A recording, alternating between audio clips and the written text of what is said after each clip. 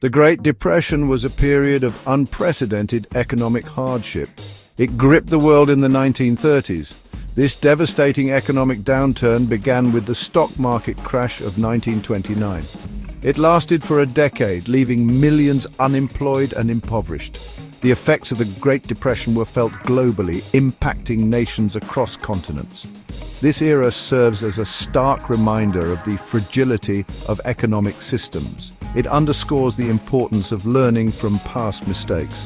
The Great Depression had a profound impact on various aspects of society. Unemployment soared to record highs, reaching 25% in the United States. Businesses crumbled, factories shut down, and breadlines became a common sight. Farmers faced plummeting crop prices, leading to widespread foreclosures. The banking system collapsed as people lost confidence and withdrew their savings. The Great Depression left an indelible mark on the world, shaping government policies and economic thinking for decades to come.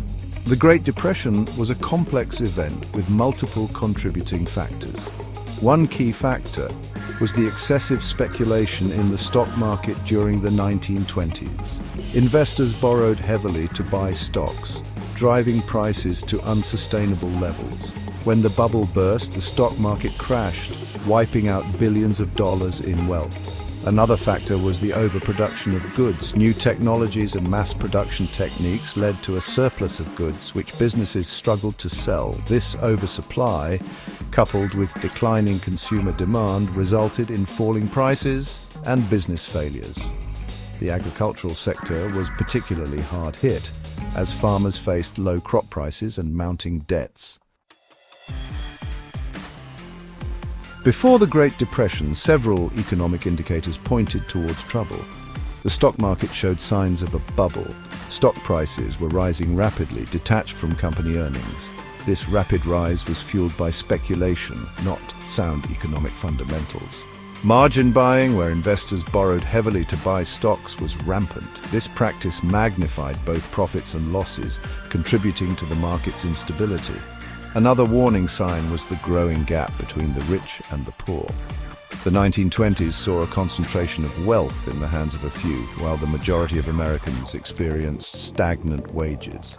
This unequal distribution of income limited consumer spending, a key driver of economic growth. Additionally, there was a significant increase in consumer debt. Easy credit allowed people to live beyond their means, but it also created a fragile foundation for the economy. The agricultural sector was already in a depression before the 1929 crash. Overproduction and falling crop prices had plagued farmers throughout the 1920s. Many farmers had taken on debt to buy land and equipment, and they struggled to make payments when prices collapsed.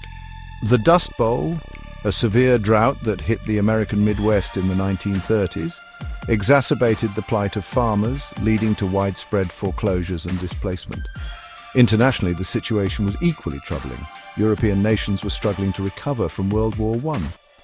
Germany, burdened by war reparations, faced hyperinflation and economic instability. The collapse of the Austrian Kreditanstalt Bank in 1931 triggered a banking crisis that spread throughout Europe. These international economic problems had a ripple effect, further weakening the global economy.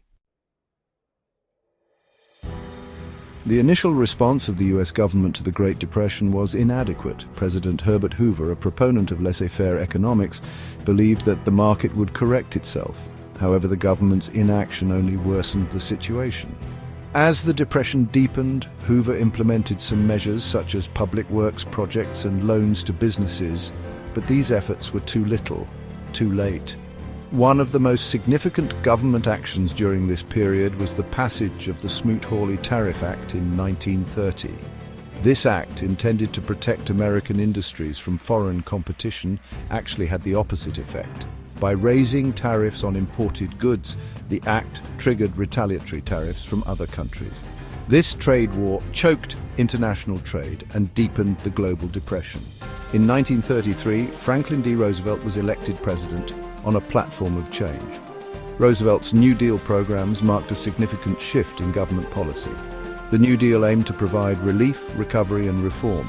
Relief programs provided immediate assistance to the unemployed and destitute. Recovery programs aimed to stimulate economic growth. Reform programs sought to prevent future economic crises by regulating the banking system and the stock market.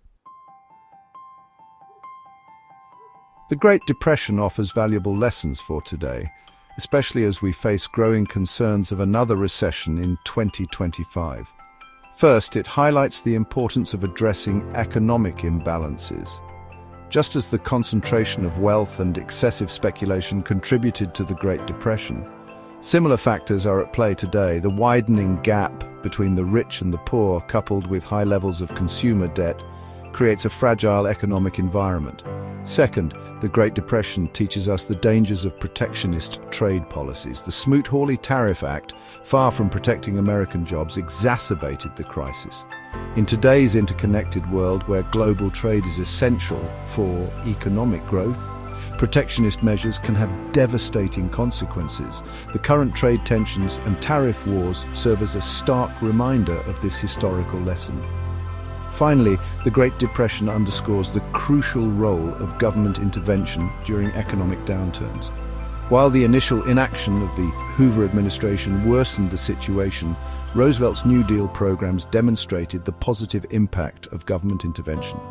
These programs provided relief to those in need and helped to stimulate economic recovery. As we navigate the current economic uncertainties, it is essential to remember the lessons of the Great Depression. Addressing economic inequality, promoting free trade, and implementing timely and effective government policies are crucial for mitigating the risks of another severe downturn. By learning from the past, we can better prepare for the future and strive for a more stable and equitable economic system.